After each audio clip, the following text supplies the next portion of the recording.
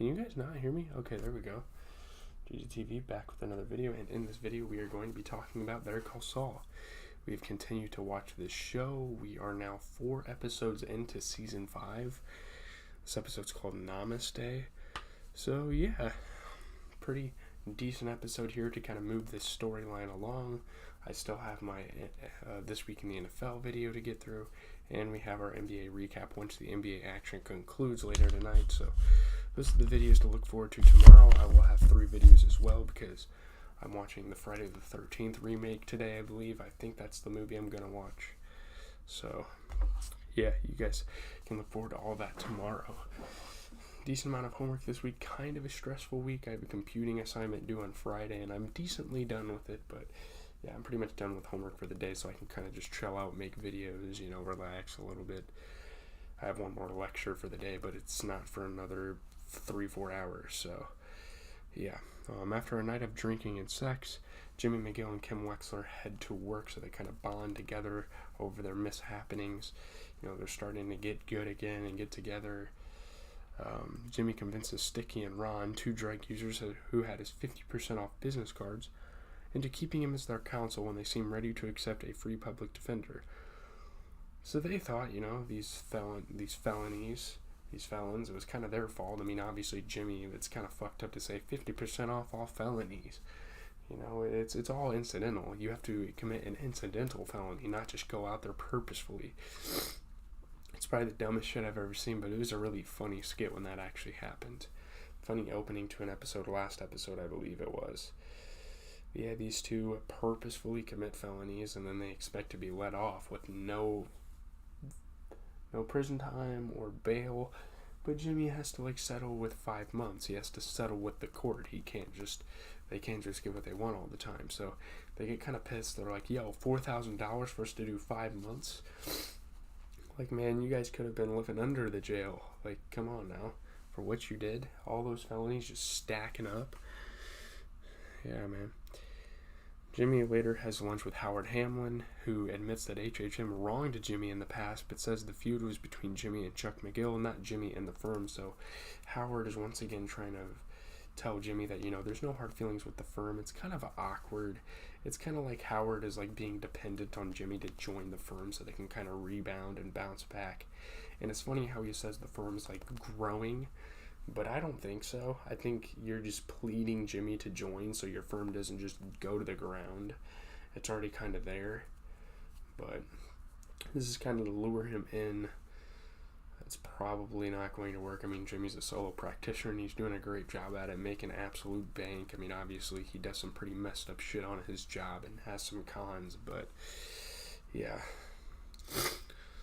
Howard offers Jimmy the chance to join HHM, but Jimmy is once again unsettled by the reminder of his previous life. He's like, Howard, please get the fuck away from me. He's probably thinking, Howard, get away from me. I don't need a constant reminder that my brother is always just standing over me like this.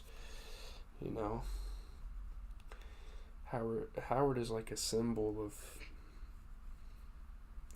inferiority, I guess, for Jimmy. So, yeah.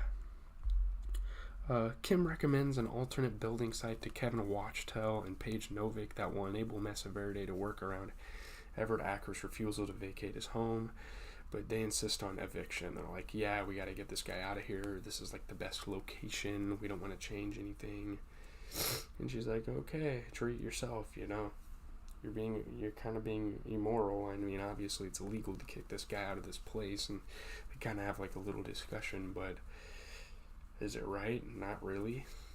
It's not really right to just kick someone out of their house, especially a guy of Acker's age. Kim looks on as Jimmy uses the Saul Goodman persona in a courtroom con that achieves a mistrial. Oh man, this was good. He brought a doppelganger of one of his defendants, and he the picture up here shows that he's talking to the guy that got the cashier robbed at the gas station. He's like, who did it? And he points to the guy that he brought as the doppelganger, and it wasn't actually the guy. It was funny. It was a great moment. The guy was actually in the crowd among them, because obviously he had to show up. She asked Jimmy as Saul to represent Acker against Mesa Verde, and Acker agrees. So pretty much Kim going undercover That's gonna be crazy. And the picture he shows me, he's like, it's a man fucking a horse. Oh, that's so funny. It's one of the more funny moments of season 5 so far. Better Call Saul. Almost as funny as when they had that guy. I don't remember what it was, but I think it was like season 1 or 2. It was so funny. There's been some like genuinely funny moments in this show. But yeah. After buying 3 bowling balls at a pawn shop, Jimmy flings them over Howard's front gate, damaging his expensive car to kind of get redemption for trying to get Jimmy to enlist. Pretty much giving him a screw you, like, get out of here. I mean, he could have figured that Jimmy did it, but I don't know. We'll see how that goes down. If anything goes down there. The Albuquerque police and DEA stake out the last of Gus Fring's dead drops. So yeah, Hank Schrader and Gomi are pretty much here to stay. It's kind of crazy now that we know that they've been on Gus's tail for the longest. They didn't know that he was actually the leader of the operation, but yeah. Diego collects the money, then leads the DEA on a wild chase, eluding them by escaping through a small tunnel after abandoning the cash, but they leave the cash behind. That's kind of Gus's whole point of fucking doing the operation, so he's probably not too happy at the whole ordeal. While Hank Schrader is disappointed they did not get information on the higher-ups, the DEA and police celebrate the seizure of nearly $1 million in drug money and the arrest of the 3 men who made the drug drop. So they still caught people associated, and they caught people that could possibly snitch, but they didn't catch the actual, like, mastermind, the kingpin behind it all. Diego regroups with Victor, and they contact Gus to inform him their task is complete. They did exactly what he said.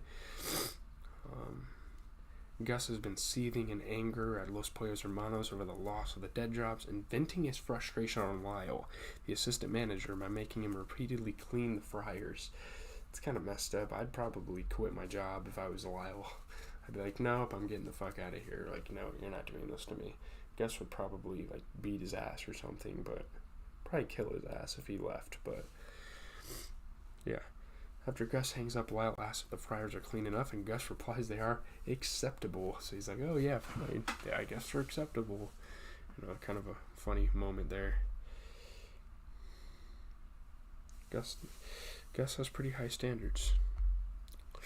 Mike Ehrmantraut arrives at Stacy Ehrmantraut's home to watch Kaylee Ehrmantraut, but finds Stacy hired another babysitter. She's like worried about his meltdown and everything because of his drinking problem, you know.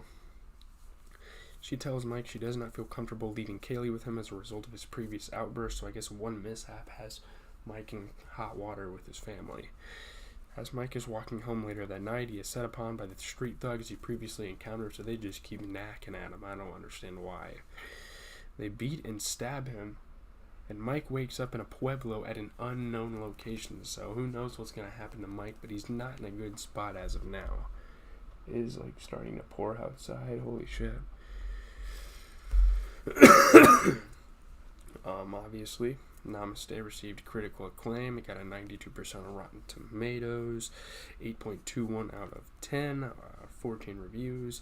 Everyone is struggling to keep their cool in a Better Call Saul entry that meticulously sets up the season's storytelling pins, racking up suspense for the impending bowling ball that'll knock everything down, quite literally.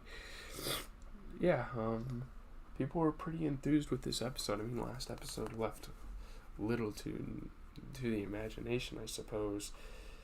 I don't remember how last episode ended, actually. I can't remember what the cliffhanger was. This cliffhanger is that Mike is, like, in the middle of fucking nowhere. Who knows what his fate is and what... I mean, obviously, we know he survived from Breaking Bad, but I don't know.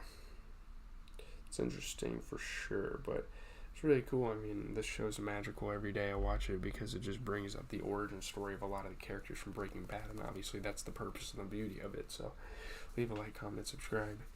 GZTV is always reviewing your favorite TV shows. I'm going to be watching The Walking Dead tonight. I'm going to be watching Friday the 13th remake tonight. We got basketball. We got all sorts of stuff. So channel's kind of booming, you know. We got sports, and speaking of sports, NFL, This Week in the NFL video is coming up next for you. So